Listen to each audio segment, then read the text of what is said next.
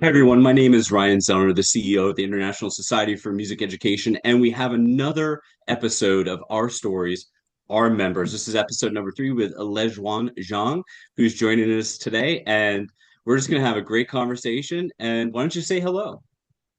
Hello, everyone. I'm Le-Xuan from China and from Hong Kong, China, actually. So you can see the sign over here on the Education University of Hong Kong. And that's your actual window out the back, right? That's not a. This Oh, I'm is just the kidding. spring, actually. This is the spring. It's your actual window. Well, we're so pleased. But we know how busy you are at this time of the year, and frankly, every time of the year. But we're really excited that you could join us today. And the first question I always ask is, how did you get started in music? All right, thank you for that question. Um, I started my piano learning actually since I was 5 years old, but that was kind of like my mom helped me make the decision. Um, so I won't say I officially start my music journey from there. I will say I love to sing. When I was even 3.5 years old, I already singing in kindergarten, standing on the stage. I just cannot stop moving my body when the music is on. So if you ask me how my music journey started, I would say start from that early age. And then I started playing piano since I was 5. And then all along since I went to the conservatory during my master degree, and then went to Boston Conservatory, continue studying piano, but meanwhile, actually focusing on music education. So almost all different kinds of instrument. I tried a lot. I even used trumpet to play Twinkle Twinkle. So that was the fantastic part. And then learning how to conduct choir, how to conduct band, and became a music teacher. That basically my journey um, for music education. Yeah. That's excellent. You know, I was thinking, did you mostly do classical music on piano? Was that the Yeah, when I training? was little, yeah, I have to say before I went to the States, mostly classical, or all of them are classical. Yes. Hmm. Hmm. And how did you find that transition going from the performer to educator? Was it because you practice for so many hours a day for so many years, and then all of a sudden you're switching gears, and now you're like, oh, I'm going to start teaching, or I want to teach people. How did that come about for you? Um, something very interesting because when I was in my college, we have one class called piano pedagogy because we learn piano, right? So piano called pedagogy. That class, that teacher have a book, a textbook. And every time when we learn this class and she just read a chapter. And she read a chapter for us to learn how to teach piano. So during that time, I constantly wondering, is this the correct way to learn how to teach piano to other kids? So I doubt it. I absolutely doubt it a lot. So during that time, I start thinking, no, I think pedagogy it should be something the teacher should definitely have to think about, and you have to experience before, and then you teach your kids to experience. So that time I start, I think, transit my thinking from a performer to an educator is start thinking performer and educator are a different thing. Educating is something you learn, but you have to successfully transit to the people who in front of you, or they have to know what you know. But performer is basically you learn from the ancestor, this musician, that's a great artist, and then you process. Then you just present it out. So that's so totally different thing. So after I critiqued during that time that course, so I started thinking, no, I think I want to be a teacher rather than just perform by myself. Yeah.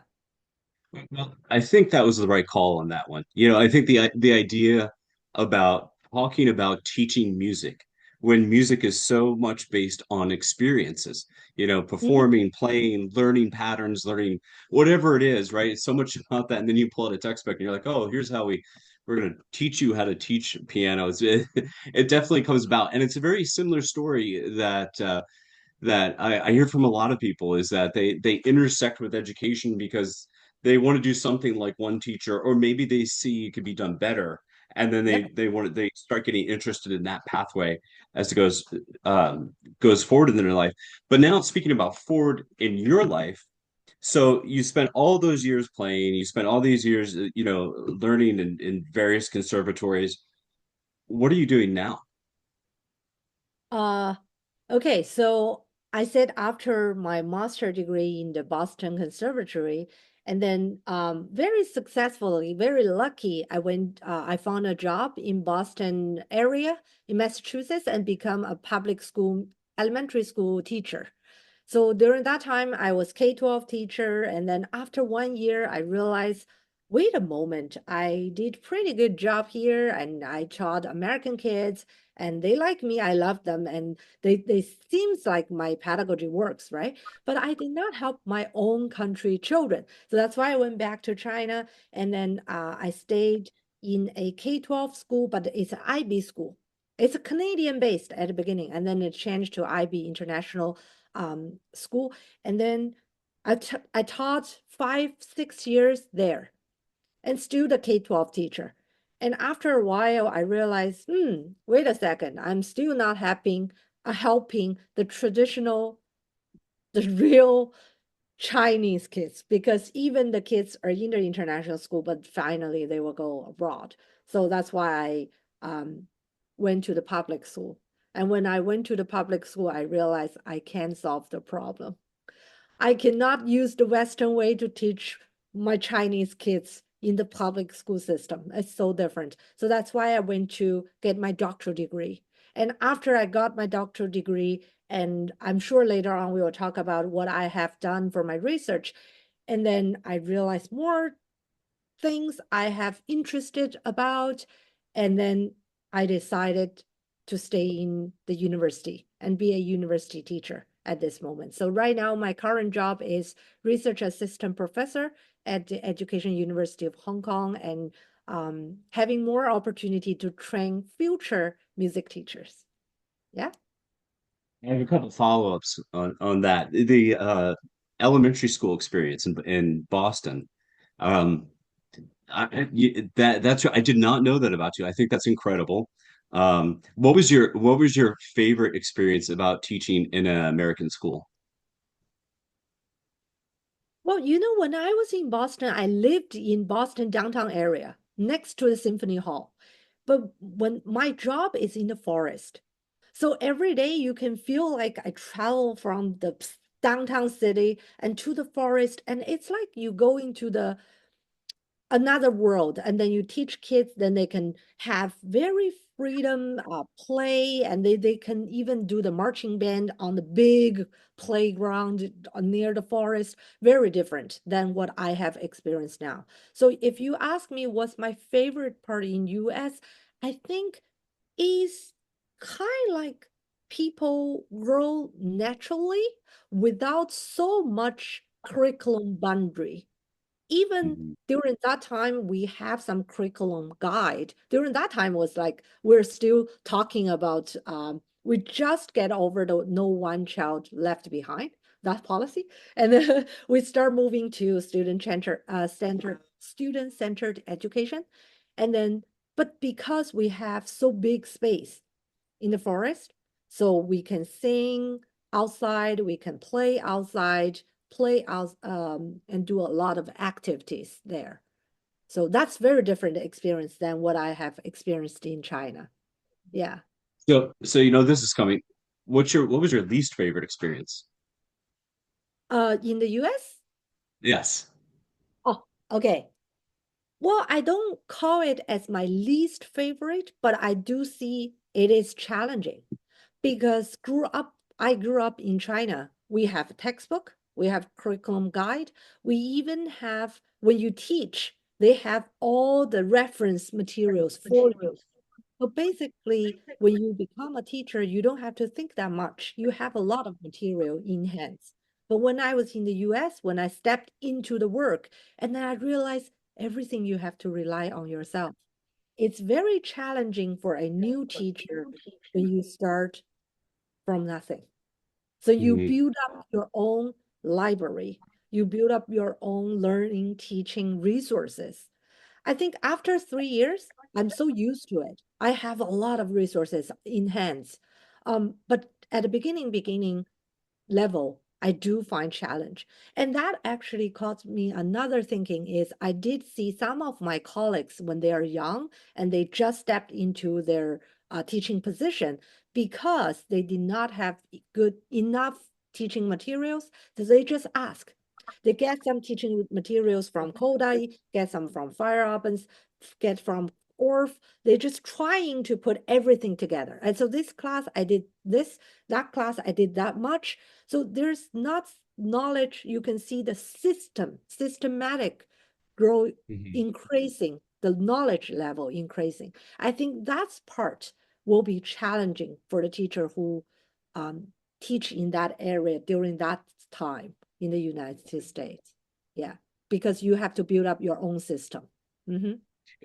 Right, absolutely. And in some districts that have 20, 30, 40, 50 elementary schools, and you can imagine all these their own elementary schools, sometimes there's a lack of cohesiveness, even from building to building, of what they're Yeah. doing. So it does provide an interesting structure or lack of structure, but also freedom at the same time that it can really be tailored around the teacher's experiences or about the students that goes into. But I feel like we should do a whole episode just on the differences between Chinese and American music curriculum. I think that would be I would love to know more.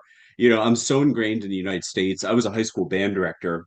Never did a lot with elementary general music, but the idea, like, it's the band director side is a little bit more formulaic and how that's structured, as far as content and just how that works within a school system. But I'd love to do a whole episode just on those differences because I feel like there's so much to learn from both sides.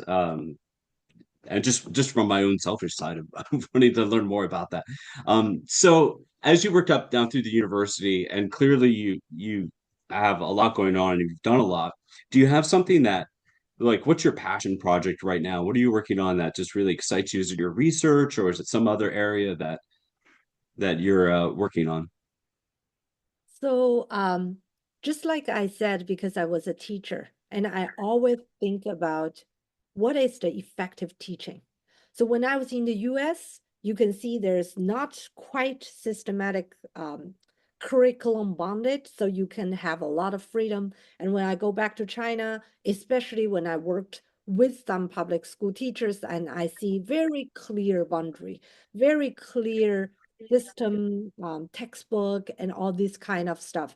So it goes like a very different system, and then there should be something in between.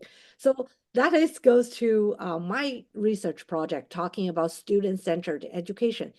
We should not just seeing um, teaching like something giving a hand over above kids, and we should not seeing giving a hand totally at the bottom of the kids and just do like this and let the kids do whatever they want.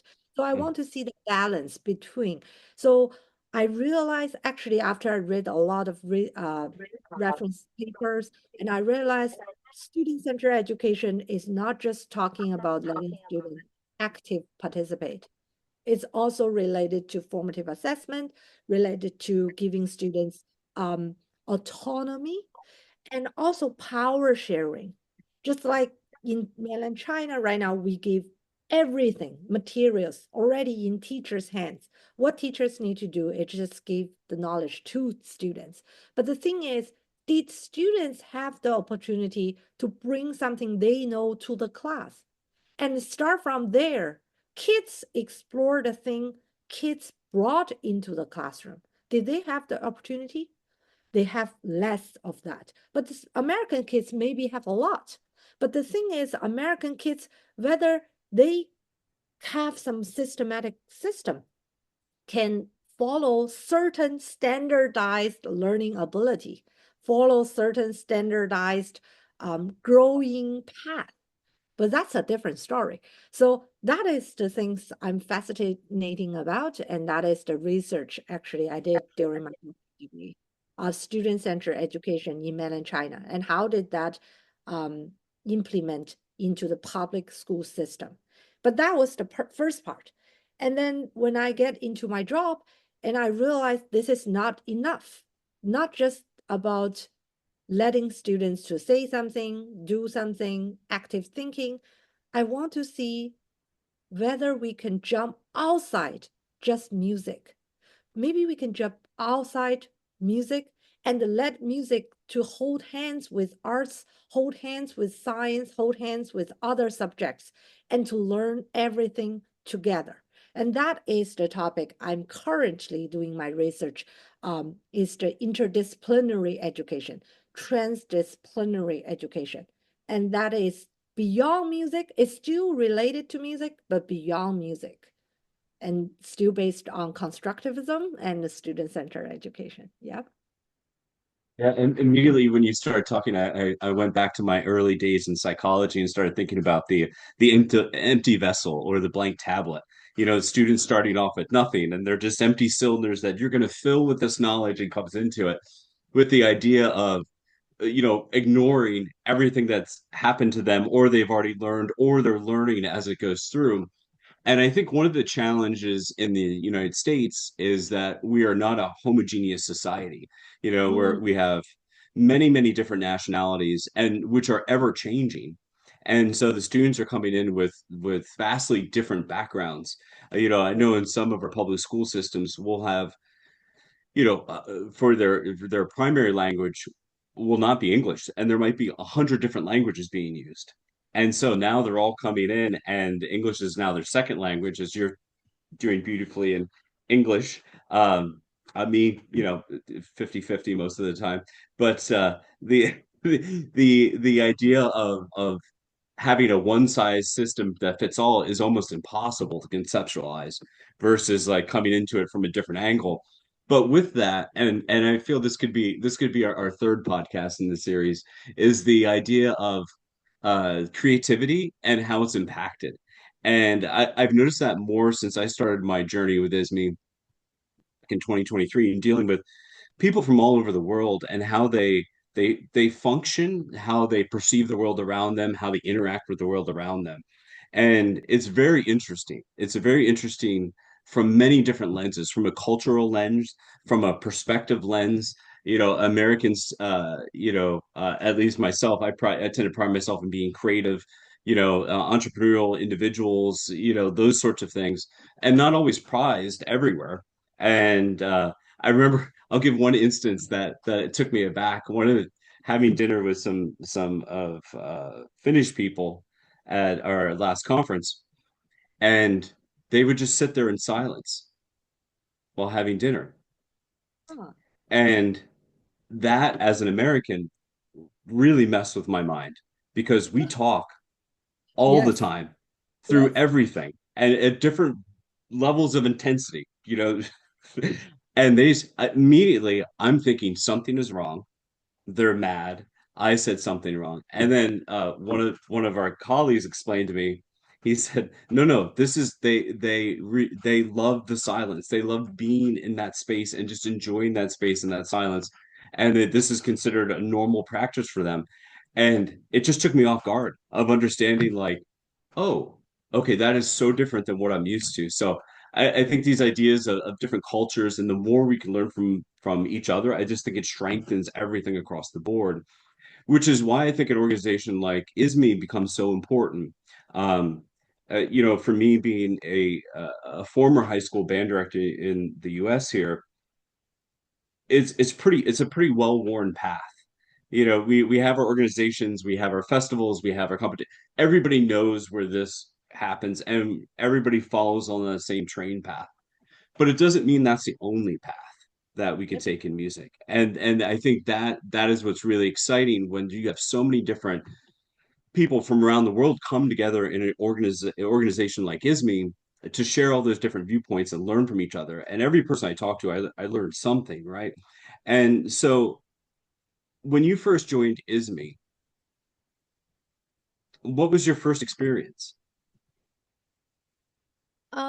I or first conference experience or Sure. I first joined ISME actually in 2020, and that ISME conference got canceled. And that was the time actually was the Helsinki, Finland conference. Um, the reason why I joined ISME is because I was a doctoral student during that time. I was the second year, third year, something like that. And then I signed up and then it got canceled because of the COVID. But the good thing is they opened up some of the free um something like seminars or sharing sessions online. So I got chance, even I did not got really participate into the conference. So I got chance to listen to their talking, sharing, and that was the quite very interesting experience because I got to see music educator around the world gathering together and sharing similar topic and discuss. That is already not a conference feeling. That's just sharing. So that was the first time I got in. And then continues the next year, I went to Macau for the EPSMR, the regional um, Asian Pacific symposium for music education. And then the next following year is 2022 ISME was still online because of the COVID, and that was in Australia, Melbourne. So that is the first, we can say, official experience getting into the conference. Even it's online, but I see so many sections. I went to different sessions to having the topic. I even myself give a presentation for my doctoral topic.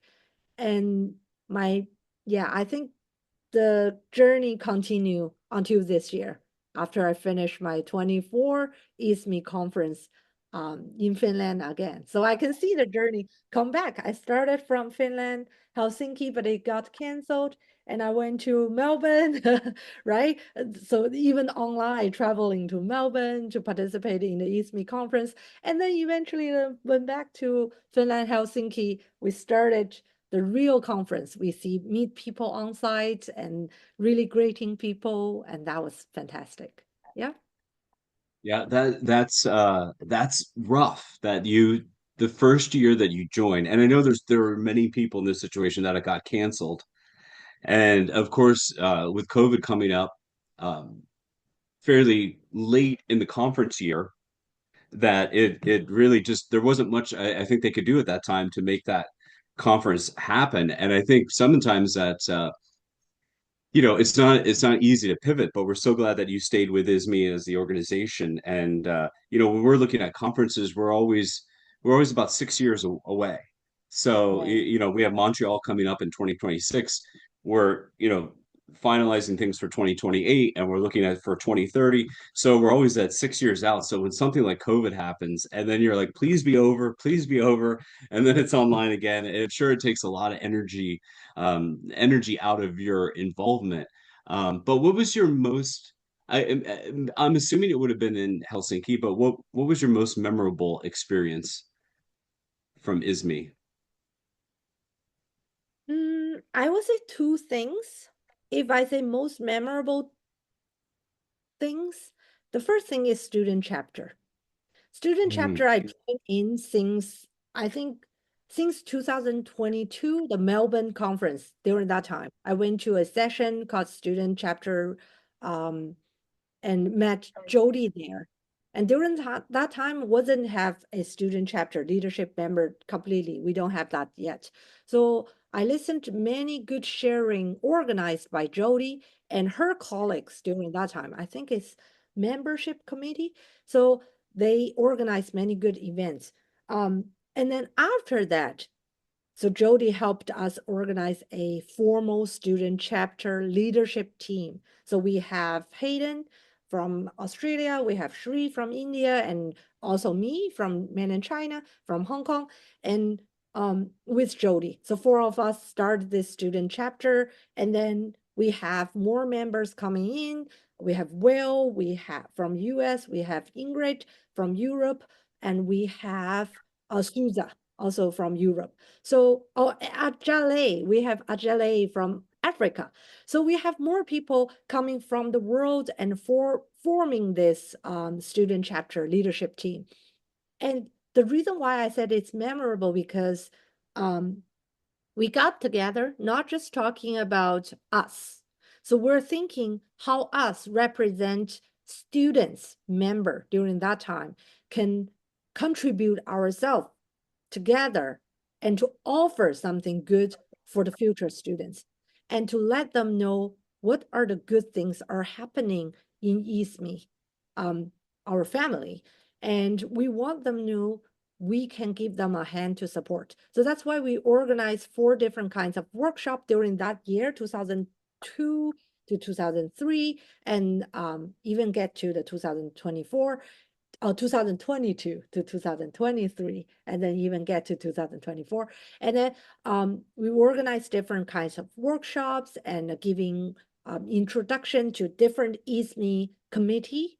What are they and what's the function of them? And we give introductions of how to be a scholars. And we invited very good researcher around the world to introduce their experiences, including Bawa, the previous president of ISME. So I think that is a fantastic memory for me.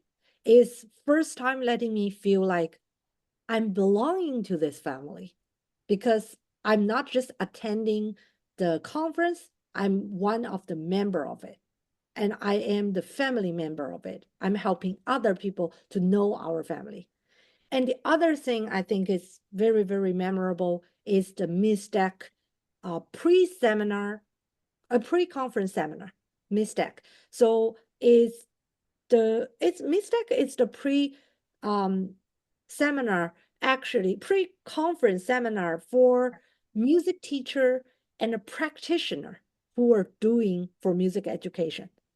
So I think that is a different experience because during Mistec seminar time, that already on site, that is this year in August, July, August, that is already I can went to Finland, Helsinki. I got to meet people. I got to listen to the music practitioner from Brazil, from Australia, from United States, from Canada. They seriously standing on the stage sharing the story from their country, the teaching story in music education from their country. So I think I got to learn a lot because usually when you go into a big conference, let's say ISME conference, there's so many different sections, right? And each section, they have so many different person were ready to present. So sometimes you feel conflicts. There are conflicts timing, scheduling. Then you say, oh, I missed this. I cannot go that. There's so many things, overwhelming. But the pre-conference seminar, it's so focused all it's a small group. People got together, all listen to the same group of people together. Well, good things, bad things, always coins two sides. But the good things for me, they got exaggerated. I think that's very, very positive experience for me. So as an educator, previous K-12 educator, right now college teacher, I got to listen and learn a lot from the music educator from around the world, their educational system, their curriculum, how do they actually conduct their lesson at the moment in their country? I think that's the charming part. Yeah. Mm. And I'm lucky right now I'm become one of the community member in MISTEC. So later on in 2026 in Canada, we will help to sharing more stories for the people to the audience around the world. And we want them to know how wonderful we are. Yeah. I think I was smiling the whole time when you were talking about the student chapter, which is now the student forum, but the Yeah. the leadership, I think, and the ability to intersect with people that are prominent in the fields that you're interested in is so important. And I know many times when I was doing my doctorate and other people I know, so you're interfacing with maybe your advisor or the faculty of that university, and you're getting that one perspective. You don't always have access to people that have 20 or 30 years worth of research experience or the main components of many of the books on my shelf. And it's just I think we're I what I've experienced with ISME is that many people are very humble Right. And I don't know if it's the educator or the musician or some combination. I don't know, but they're very humble about their experiences, even though they have made such an impact on so many people's lives and being able to intersect with that. And I love the involvement. You know, you starting off, you're like, okay, I think there's something here, right? Because we're a small organization and we can be very flexible, but we don't know there's a need unless someone says there's a need. And as soon as they identify a need, and the sessions that you mentioned were immensely popular and offered free of charge. I think throughout the year we had something like 12 to 1500 participants that came through, or the year and a half, whatever that span is. And uh, it's just an unbelievable amount of content that can get in there. And I'm glad to see you mentioning the pre-conferences as well. Pre-conferences are run by the commissions. There's 8 of them, and you mentioned the Mistec, and they're a much smaller focus. They take place right before the World Conference, and they tend to be. Mistec was one of the longer ones. I think they were in 4 or 5 days. I'm not really sure. Sometimes they run as little as 2 days. Sometimes it's 3 or 4 or 5 days beforehand, but they offer that really focused development on what you're trying to do, and people that are focused on your content area. Even though we tend to lump, we say music, right? How many subgenres and different research areas are there? There's hundreds, if not thousands, that we can go into. So, yeah, and the members that I think put the time and effort in, it really shows and it really comes out. And then people immediately start talking about you and thinking about you and saying, wow, they're doing a great job and look at all the effort they're putting in. And it's a membership organization for a reason. We're made up of members that are doing the work like you, that are doing just so many amazing things. And I wish we could talk for the next 4 hours, but you are way busier than I am too. And so I thank you for sharing your time. And for the last question, so if you could give a piece of advice to somebody that's either looking at getting into teaching or into academia, like what basically your career, what would you tell them? Um, Thank you, Ryan. Actually, when I looked through your interview script, I think this is very, very good question for the future, no matter educator or young scholars. I think this is very valuable. And that actually caused my reflect, what should I give the advice to other people? So I actually wrote down two things. For teaching, I wrote down some keywords: responsibility, student, caring, knowledgeable, being the role model, and a lifelong learner. Let me explain. So I think for teaching, so first thing is you need to know you have the strong responsibility to help students not getting success, because we don't want to judge what is success. I think we want them to be the better themselves. So the better them. I think that is important. And of course, during the road, we have to show our caring. We have to be knowledgeable, and we need to be the inquirer, and we need to continuous learning knowledge to make sure we can follow their trend. I would say we usually say the world is changing so fast.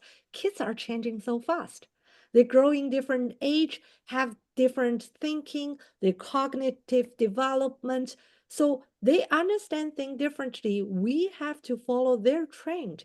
We have to continue learning and be the good role model. And that's just like how we train, sometimes giving sharing to parents. We want to be the good role model. We want kids to know who they want to be. So when every time when we talk about ourselves, we can say some of the teacher, they influence us a lot. If all of us as a teacher, we take our responsibility, being caring, being knowledgeable, inquiry, and then we are the lifelong learner, then kids cannot actually identify who will be the person influence me a lot. It's because it's become all the teacher, they are like that, the role model. And I will just unconsciously become the person like that. So if I give a advice to the young teacher, I would say like that. Do not stop learning. If even if you taught for 10 years, 20 years, I think you probably agree with me. We are still learning. So that's for teaching. Of course, that starts with passion. And that goes to academia. Academic, I wrote the first thing is passion. The reason why is academic is boring. I have to say that. It's boring in some way. So I wrote for academic also some keywords. The first thing is passion, resilience, innovative thinking, consistent reflecting, collaboration, and responsibility for the future. So you can see some similarities, right? The similar terms for both teaching and academic, but the order is different. So for academic, I put passion first. So because I did realize some young scholars, they went to get a doctoral degree. They stepped into academia because they want to get a higher degree. This is okay. This is definitely okay because the society supposed to have a rule is if you have a higher degree, you're easier to get a job. But the thing is, for academia, if you don't have something you're interested about, maybe not passion, at least you're interested about, then it will get really bored because you have to conduct research by yourself, even you have a team, but you still have to do a lot of work by yourself. And then you have to read a lot, you have to think a lot, you have to reflect a lot. If you don't have the passion to the topic you're doing, then sometimes you will lose your interest. Then you get out of the track, then that was dangerous because that is the road you choose, right? That you put a lot of effort, you conduct a lot, put down a lot of time on it, and eventually you realize I'm not good at it. It's okay, but it just at this moment, this fast chasing world, it just wastes a little bit of time. So that the first thing is passion. Second thing, resilience. Not only you have the passion, you have to consistently keep your passion, keep your interest, and be resilient because sometimes you get reject from the journal articles. You got a lot of you got failed from your fund grant application. That's the experience I had, right? I got failed. So I have to persuade myself you're doing good, next year you will get it. So that is the resilience we have to build up. And then the next thing is innovative thinking. As a researcher, we're chasing for the innovative idea. Of course, we have to look back to see some traditional pedagogy ways and how you do your music, no matter education or other performance, whatever. But the thing is, you also look forward for the future. And most of the time, your eyes should be on the future because practitioner will help you to transit your future idea into the practitioner field and to see whether it works or not. And this is a lot of professor telling me is, Le-Xuan, you have to look at the future and having some innovative thought. But the innovative ideas may not always be the visible ideas. So you see something really good. These ideas may be not visible to the field. So that's why it needs consistent reflecting. And I think as a young scholar, especially at us, this age, when you first step into the field, don't be too proud when you find out something super good, because you also have to be critical to think whether there is any side effect, whether there is any negative results, whether anything we can still critique on our original innovative idea, because nothing is perfect. So these things are important. And next step is collaboration. Once you think you grow up and you become an independent scholar, you start seeking for other scholars collaborate their support and help. Like me and Ryan, right? We met, I think, just this year in ISME, but Mhm. we have been collaborate working on the workshop and other things 2 years ago. Since after 2 years, and then we met each other. But that is the thing. Because you connect with people, you get to know each other, then some of the subjective bias, some of the subjective feeling, perspective um, to other people, then might decrease. Then you be more objective to see the world. You get to know people around the world. You be more objective. You be more understandable and empathetic about different culture and different kind of people, races, all this kind of thing. I think this is very, very important. And the last thing is responsibility for the future. For academic, what are we doing? And many researchers and professors actually just joking, this is just joking, may not right, but they were joking and saying 80% of the research actually did not eventually put into the field. We're just chasing the innovative idea. We conduct a lot of researches, but eventually some of the ideas may not use, right? And we only take 20%, even 10%, even less of ideas can finally turning into reality, letting the school to implement, letting the field to try it out. So what we have done is we always have to keep that 10%, 20% in mind. Do not spending our time 100% to the things you think is good. You're just writing a lot of paper, doing a lot of theory, and just get into the diving into the theory. Then you think everything is possible, everything could be feasible. No, take yourself out. Thinking about the responsibility for the future, the physical application for the future. And I think that 10%, 20% can actually make contribution to the world, to the physical world, is making the big impact for the future. Yeah. So that's my suggestion. I don't know whether I make it clear, but I did prepare a lot for it. Yeah. I think it was a perfect answer, and the idea of things going through, I was just thinking through so much as you were going through that. The idea of passion, like the idea of passion. Everyone can point to a teacher that they've had either in school or in college that did not, and you're thinking it did not have passion, did not why, and you're thinking, why are they here?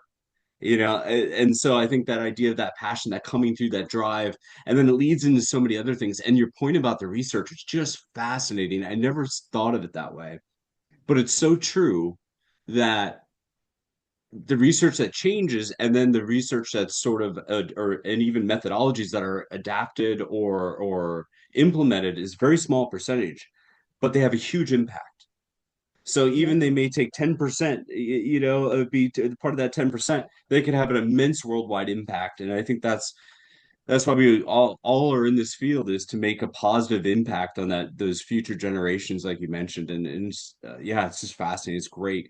I really enjoyed talking with you, and I hope the listeners enjoyed everything as well. And I look forward to doing episode number 4 of our stories, our members. But this one was truly special. Thank you for joining us. Thank you for being here today.